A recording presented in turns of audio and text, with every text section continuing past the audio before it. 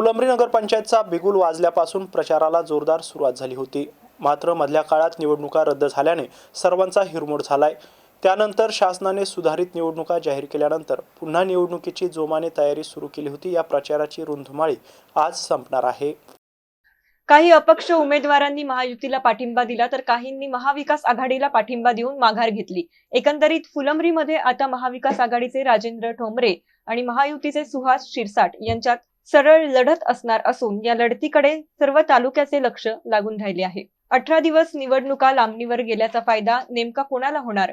मात्र यात जनतेचं भावलं असून शेतकऱ्यांप्रमाणेच मतदारांनाही दुबार पेरणी होत असल्याचं दिसून आलंय. मात्र निवडणूक आयोगाने 2 डिसेंबर रोजी होणाऱ्या निवडणुकीच्या खर्चासहित एकूण खर्च दाखवण्याचा सांगितल्याने उमेदवार संभ्रमात पडले आहेत. उमेदवार वेगवेगळी शक्कल लढवून मतदारांकडून मत आपल्या पदरात कसे पडून घेता येईल यासाठी कसरत करताना दिसून येत आहेत. या निवडणुकीत महायुतीच्या माध्यमातून अनेक मंत्र्यांच्या प्रचार सभा झाल्या तर महाविकास आघाडीतर्फे देखील जिल्हा स्तरावरील नेते, काँग्रेसचे खासदार, विरोधी पक्षनेते व माजी खासदार यांनी प्रचार रॅली काढल्या.